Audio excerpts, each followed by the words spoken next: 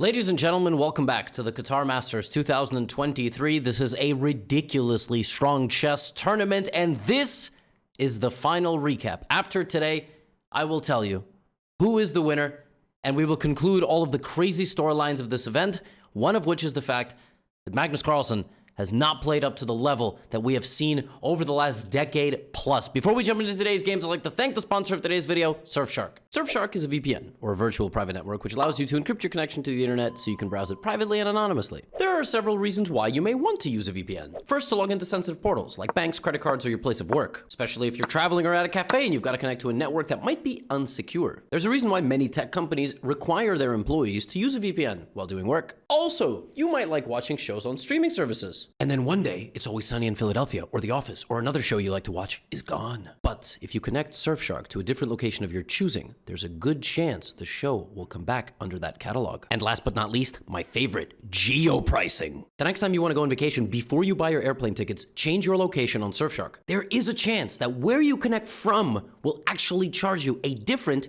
and lower price. And you can take advantage of geo-pricing in other ways as well with Surfshark. My friends, I've been telling you about Surfshark for most of 2023. You know what to do. Click the link in the description below and you can get 83% off and 3 free months. And while you're there, you can explore Surfshark Starter, but there's also Surfshark 1 and 1 Plus, which comes with Incogni. Now that you've successfully secured your online browsing experience, let's get back to the video. We begin in round number 8, my friends, with Magnus Carlsen and Gregory Kaidanov. This is Magnus's bounce back game after suffering a setback against the Indian Grandmaster Morali Karthikeyan, young 20-year-old. And I mean, it's really been Magnus against a bunch of very strong Indian players, but in round 8, he plays Gregory Kaidanov, who actually just took down Jordan van Forest. And we're seeing if Magnus can make a comeback. To go to a comeback, though, he plays a London, a very interesting opening choice.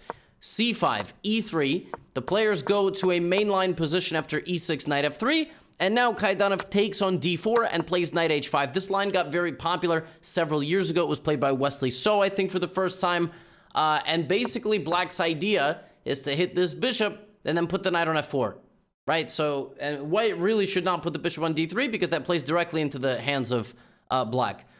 And normally, White plays Knight E5, hitting the knight, Black plays G6, very complicated position ensues.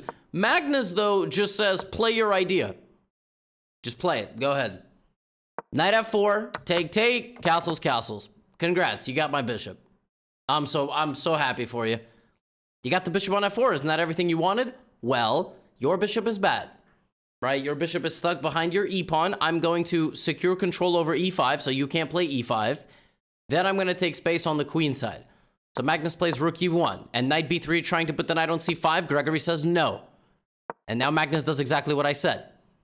Takes space on the queen side. Kaidanov plays f6, a very cagey move. Everything is well protected. White can't play knight e5, and maybe Black is preparing e5 himself. Queen c7. Rook e8. Everything in Black's position is poised to set up this move e5 in the future. g3. Kicking out the bishop, and Magnus continuing to fire away at Kaidanov's position so that he cannot play e5. Right? Again, this is everything that Black wants, but after cd5 and queen c4, Black would just be losing. So he can't do that. So takes queen c4. Kaidanov plays queen d6. Very tense position. It's just Magnus and a bunch of pieces on the 6th rank. Magnus trying to move forward as best as he possibly can here. Rook to a6. And now Magnus plays a brilliancy. It looks like he's been completely thwarted. He can't hit here. He can't go here. Taking here would simply be bad because you would be giving up a bishop and then you would trade everything and you would have no advantage. Magnus finds a very nice idea here. Knight to c5. A move that looks completely impossible. And this move is like stepping on the gas because now Magnus is hitting everything. If you take this knight, I take. Your queen is hanging, right? So let's say you just slide it back. Bishop c6, and at the end, e6 is falling. So if queen e7, it's even worse. You just lose the knight for nothing. So Kaidanov here strikes in the center. Knight takes d4. Now the knights see each other. The queen sees this, the queen sees this, the knight sees the bishop sees the bishop sees that bishop, and the pawn sees the knight, and so does the queen. Take. Magnus slides in, rook a7, hitting that bishop and that pawn on e6, looking mighty loose now. b4, forcing the queen to make a decision. A lot of pressure being applied here by Magnus. Knight on c6, but Kaidanov is doing a very nice job defending himself. This man is 64, by the way.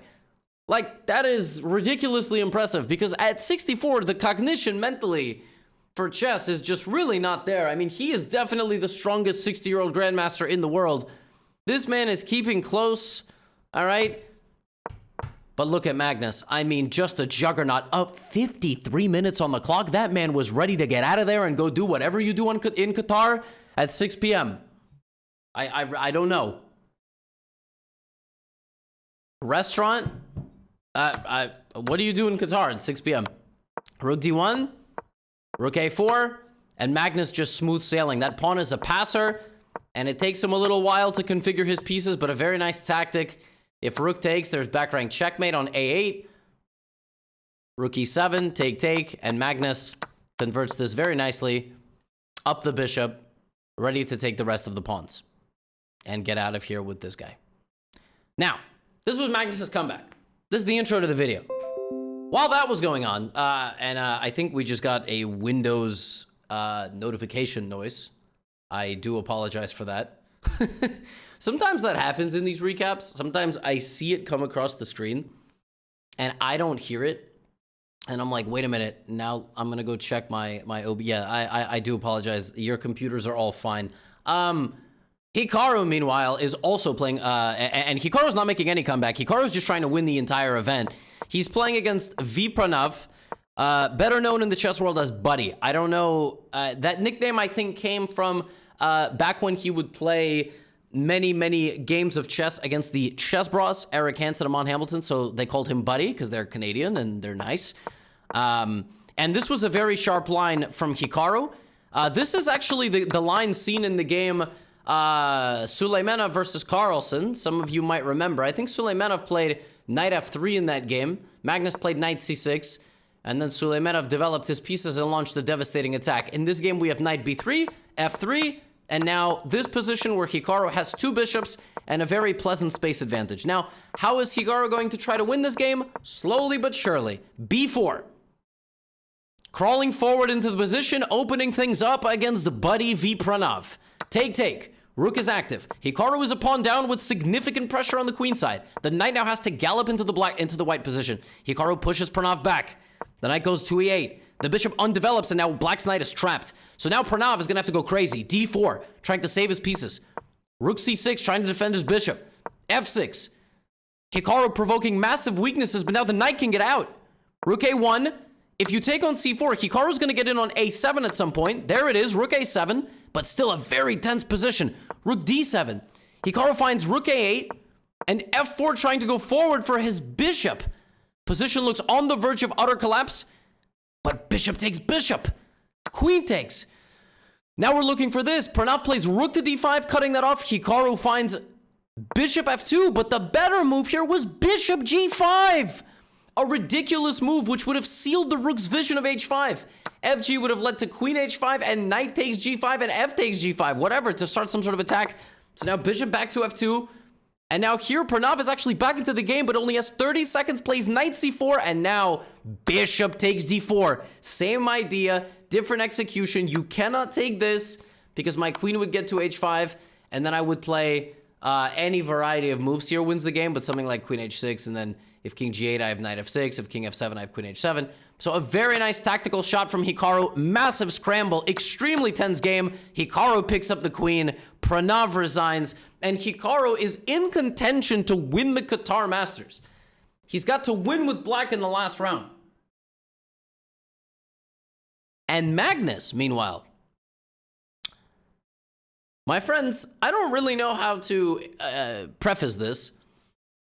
What you are about to see is going to terrify you.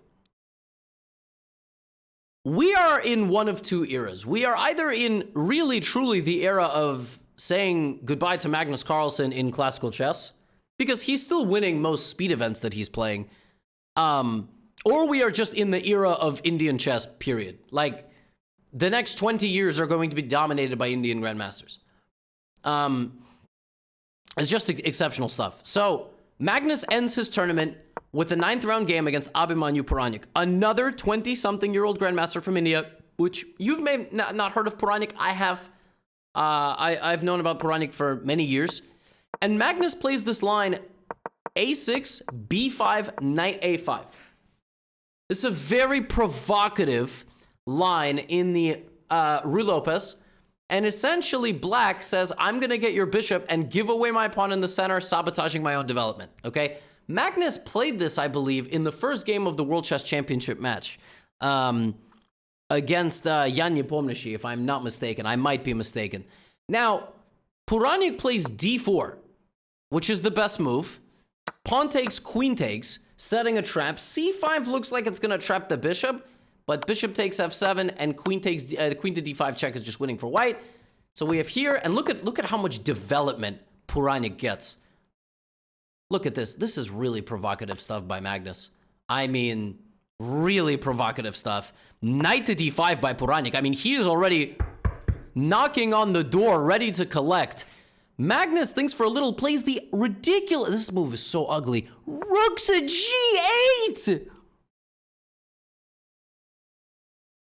That is one of the ugliest, but I mean, that move is so ugly, you can't even castle now. But it's kind of forced. Say, why is it forced? Why can't black just like play, you know, f6? Because then he's gonna take. And you can't go here because that's checkmate. And like, what else do you do? If you play pawn to c6, knight takes f6, knight to f6 check.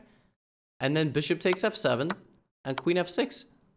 And if you don't take, if you go here, then just bishop takes f6 or queen takes f6 and the rook is trapped. Magnus has to play rook to g8 and Puranik doesn't even slow down. He just plays c4. Magnus kicks out the bishop. Look at, this is one of the most absurd positions Magnus has ever had. Take, take, take.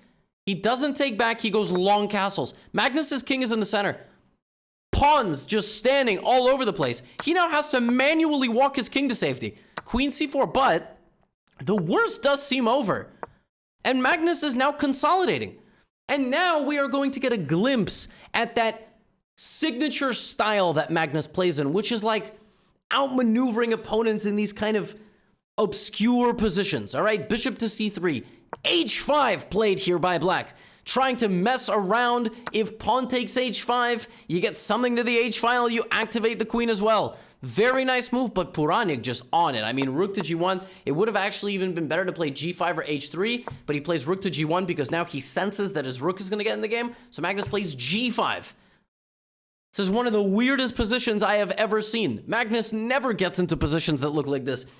It's the risk that he's willing to take to try to win some of these games. Queen to f5, and there it is. Magnus is now officially taking over. Massive advantage, pawn to g4.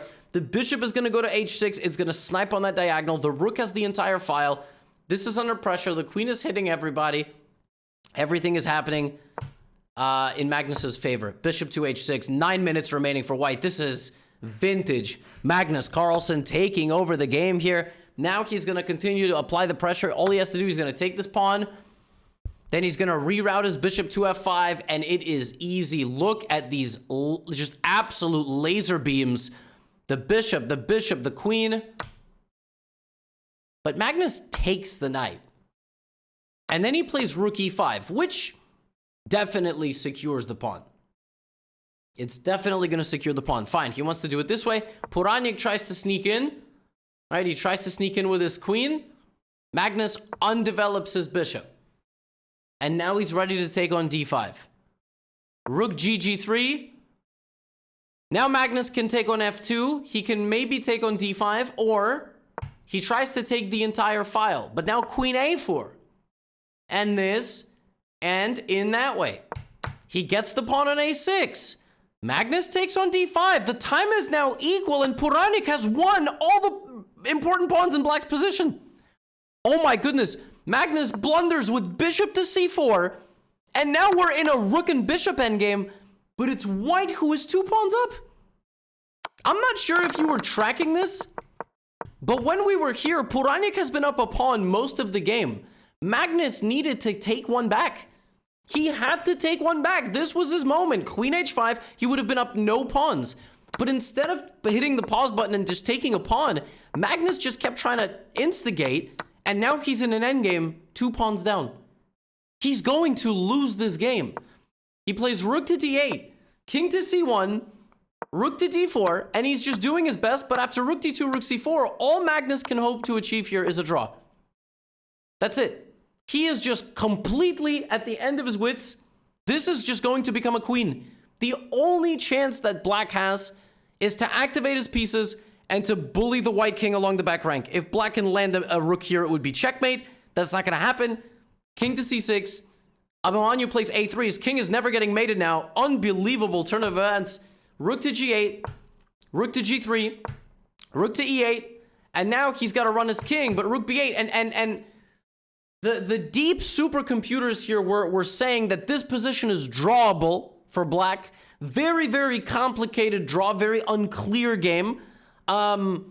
You see, this stockfish doesn't even understand what is supposed to happen in this position. It just thinks, you know, this is equal. But now it's thinking that it's winning. See, it can't make up its mind. Rook to e8. Apparently, this is still drawable if you play king to b6. If you just sit and wait. That apparently is the draw. Rook c2. I don't exactly know why. Maybe because of rook f5. Maybe because of rook f1 check. Rook f5, you would think the pawn can just go to h6, so I don't... It's like ridiculously deep analysis here where the computer somehow is showing, you know, maybe some surviving chances for black. Magnus goes here, which apparently is a losing move. Apparently that's a losing move. And here the evaluation showed plus 10! Now, nobody knows it's plus 10. Supercomputer knows it's plus 10. Human doesn't. So Abhimanyu just needs to not get mated. He's offering a rook trade because if you trade rooks, it's over. The pawn just goes. You block it. I bring my king. Rook f3. And now h6. Look at this. This is unbelievable. Pranav is 2 moves away from beating Magnus Carlsen. King to a4. And now white had to go here. You had to walk into a check. Go here so that black's king cannot enter. Black would have gone like rook d3. Now, if you play h7, it's a draw. Rook e1 and rook b3. So you can't play h7 just yet. Apparently, there are some other winning ideas here, like rook d2, rook c3, king d1. And using the rook as a shield for your king to try to play h7. It's unbelievable. And then you can play like rook f2. And you're trying to stop this. If rook d3, now here and you win. So Pranav had to use his rook as a shield for his king. Instead, he goes here, and Magnus's king gets in. And now, because the king is so close, the game is going to end in a draw. Because Magnus has so many threats. Pranav has all these pawns flying down the board, but Magnus is going to win them. He's going to win the pawns. And the b pawn is far, but it's not far enough. King c4, rook b8, and the players agree to a draw as Magnus is going to save the day. Oh my goodness.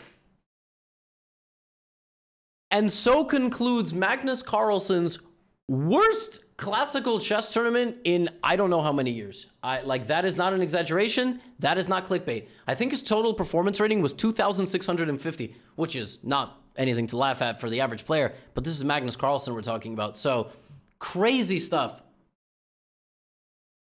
Absolutely crazy. He's down to 2,820 something. I mean, like, what a wild time. I mean, just two things, right? Magnus suffering in classical chess. The Indian players, he played 7 out of 9 Indians. And they fought this man. It's like a chess anime. Magnus defeats Vishwanathan Anand for the World Chess Championship in 2013. Then he beats him again in 2014. And Vishy, the first ever Indian chess grandmaster, trains the entire future generation. Pranav, Karthikeyan, Gukesh, Pragnananda, Nihal Saran, Arjun Aragaisi, Raunak Sadhwani, you name it. They are all coming. Crazy. It's really like a chess anime. Now, who's going to win the tournament? How about that? If Magnus is not going to win the tournament, who's going to win the tournament? Nodirbek Yakuboyev versus Morali Karthikeyan. Morali just beat Magnus. We have a King's Indian defense. The winner of this game will win the tournament. Or tie for first. It's a King's Indian defense, symmetrical structure. And Nodirbek gives away his dark squared bishop. He does that to have a passed d-pawn and to isolate Black's bishop behind his own pawn. Now, Nodirbek is going to transfer his pieces that way. And look at that. Look at this, is so instructive. He straight up plays bishop takes knight. This is a very, very, very high level positional move that looks really, really dumb. The point is, if you didn't do that, Black was going to plant his knight on d6, and from there, the knight would exert a lot of pressure on White's position. So, knight d6 and f5 would happen as well in the future. So this is a really high-level move, and Nordjurbeck has kept the position completely closed. Look at him go. Look at him go and expand into the Black territory. Look at this, rook a7. You can't take the knight. Queen b3, slowly but surely defending himself, attacking. Now Black tries to fire back. Karthikeyan gets kicked out of the position. Queen to d1. Now look at this move, bishop to g4. All the queens are hanging. Sacrifices his bishop. Take, take, take. The position is actually still in Black's favor. Because if you do the math, White lost the knight on c4. Pawn takes knight, queen d1, and when everything is said and done, it is White who is still down a pawn, but look at Black's structure. It looks like dominoes. All right, and I'm not talking about the pizza. Now look at this knight galloping to eat one of these pawns. It's going to take one at least. Here comes Karthikeyan, but rook a2. And Karthikeyan has to sacrifice his rook because it's literally trapped. Look at this. It gets trapped in a cage. So if he doesn't, White is going to go here, here, here. Or here, here, f3. And my friends, Nodirbek Yakuboyev is the first finalist in the Qatar Masters 2023. This man wins a brilliant positional game right at the end of the event with the white pieces 26-16. Yakuboyev is already a Olympic champion with Uzbekistan, and he takes down Karthikeyan, who just took down Magnus. So by the laws of syllogism, no, that's not how that works. And now he awaits the winner of this game. And my friends, when I tell you that this game had one of the most heartbreaking finishes you will ever see in chess, I am not exaggerating. Nodirbek Abdusatorov Arjun Aragaisi. It is an English opening. It immediately becomes a Queen's Gambit decline triangle defense. E4, the Marshall Gambit. Take, take. Bishop b4 check. Bishop d2, giving up a pawn in the center. And giving up a knight with check. But a very sharp position arises. Black has taken 2 pawns. 2 pawns. Bishop f3, queen g5, and it is White who early on is still in his prep. Aragaisi plays e5. Queen b3 played instantly by Abdusatorov. Castles played by Aragaisi after 18 minutes of thought. Nodirbek in 1 minute responds h4. We have went 12, 13 moves into an extremely sharp and aggressive line, but Nodirbek emerges. h4. The queen has to retreat to defend the knight. The knight comes in instantly. The queen has to slide over. Nodirbek long castles. 16 moves rather have been played nearly instantly. Now he plays rook g1, lining up a rook directly onto Black's king. Knight f5 played by Aragaisi, who is now down 26 minutes on the clock. Bishop to h5. A huge amount of pressure mounting. The knight tries to cut off the circulation. The queen slides over. Nodirbek f4, bringing everybody. Oh my goodness. Aragaisi is definitely on the ropes. c5, he's losing a pawn in the center of the board, but he's bringing in his other knight. The queen slides all the way back. Now the queen is going to be traded. It's a very, very tough spot for Nodirbek, who sacrifices his rook. Takes. The knight comes in with check. Oh my goodness, the queens are having a staring contest. Nodirbek grabs the second knight, but rook takes e5. So suddenly the white pieces are in the situation where you can't really go forward anymore, and a queen trade will end your attack, but there's not much else you can do. Bishop goes back to d1. He's trying to attack with the h-pawn. The bishop tries to hit the rook. Aragaisi says, go ahead. What? He's giving up the rook. Because then he's going to go here.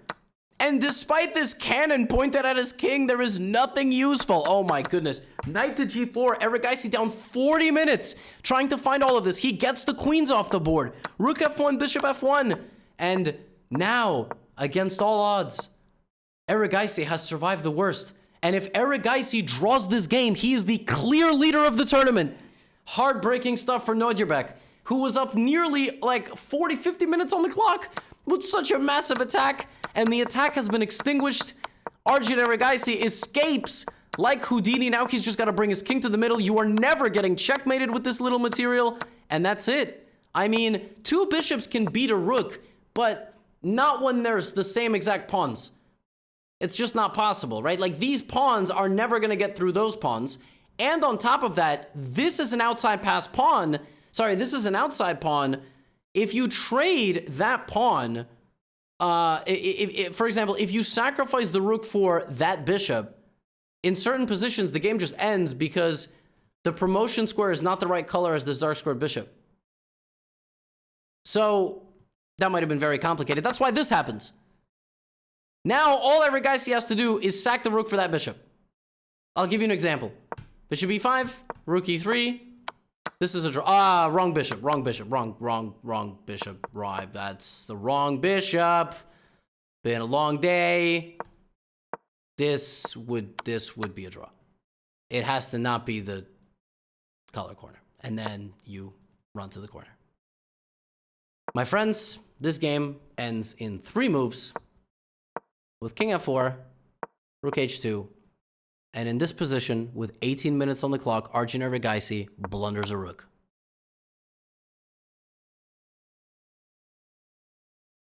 Not only does he blunder the rook, he loses the tournament because Nodirbek ties for first place. So Nodirbek wins the Qatar Masters 2023. Is the biggest plot twist because 2 Nodirbeks are tied for first. Nodirbek Yakuboyev and Nodirbek Abdulsatorov just tied for first. Instant replay. One of the most shocking blunders I've ever seen. Rook to h4. He just straight up forgot about that. He played 10 days of chess, 8 amazing rounds. He had 6.5 points out of 8. He just spent 4 hours playing this game. 1 move changes everything. I mean, chess is it's so gut-wrenching. It's so awful. It's so horrible. Now we have a playoff for first place. Yakuboyev versus Abdulsatorov. Abdulsatorov, Yakuboyev. It's an Italian. It's a closed maneuvering game. It's a blitz playoff to determine who is going to be the Qatar Masters 2023 champion. The Olympic teammates. Nodirbek, nice and steady position. We go directly to an endgame. Knight, bishop, and a rook. I can't even say Nodirbek because they're both Nodirbek. That's extremely confusing. A4. Abdulsatorov poking, winning a pawn in the center, and plays knight to c3. The position's balanced, but Yakuboyev has some more pawns on the king side, and they both have less than 10 seconds. So they just spent, 10 days in Qatar trying to win this tournament. It's knights and bishops, and they're going to determine who's going to win this event with 5 seconds on the clock in a ridiculous scramble. In this position, I think Abdulsatorov blundered that this was a check. Otherwise, I'm not really sure what happened there. He blundered that it was a check. And a couple of moves later, he loses the other pawn. And he's just up a pawn he's up 2 pawns in a bishop endgame, Yakuboyev. So king d6 and just king d7 or king c6. And Abdulsatorov just resigns because you're not going to be able to defend against 2 passed pawns. He just lost with white. So now he has to win this game. But Nodirbek is on pace to win this tournament. I love being able to say that because they're both named Nodirbek. Like, that almost never happens. Abdulsatorov does his best. He tries and he tries and he tries, but Yakuboyev just too solid. Look at this. The knight's galloping. Look at this. The rook takes e6. Sacrificing the rook and getting the pawn on c7. The bishop slides back. The queens are traded, but white has too many pawns. He has a knight and 2 pawns. He goes in with his knight. Abdulsatorov doing his best, and he's got a lot of time. He's got 1 minute and 25. Yakuboyev 13 seconds on the clock, but he has no weaknesses. The knight is going to d4, and look at this. Effortless. Rook and bishop. He's up 2 pawns again. Rook d4, rook d7, and in this position, bishop takes d3. The final move of the Qatar Masters 2023. Your champion, Nodirbek Yakuboyev. 26-16 feeding. That's it. I'm not even sure he's in the top 100 of the world. I gotta go look this up. What rank is Nodirbek Yakuboyev in the world? I don't actually know. Top 100. He's probably top 100. Is he not? He's not. He's not even in the top 100. He's like number 200 in the world, Yakuboyev. Nodirbek is like top 20, top 15, and he's the winner. And this is the incredible thing about this event. So many people gained like 20, 25 points. Magnus nearly lost 3 games to people rated 25 and 2600. So, what is happening? Are we seeing a decline in interest and ability from the best player of the last 20 years and maybe ever? Are we seeing a rise in the young generation and the fact that those players don't get to play a whole lot of tournaments against these top players? Is Top Chess a bubble? Which theory are you subscribed to? The Qatar Masters 2023 is in the books. Hikaru finishing in a tie for second place. He wasn't shown because he drew his last round game against SL Narayanan. He will recap his own game. Very tough for him because he had to win with black. It's not so simple to win with black at this level. What a crazy tournament. Yeah, we have 2 more months of 2023. There will be some very, very fun chess events coming up, including the launch of my book in 4 days. That's a major chess event. So if you haven't signed up for the in-person fan events in New York City, you should consider doing that. But that's all I have for you today, my friends. You know the drill.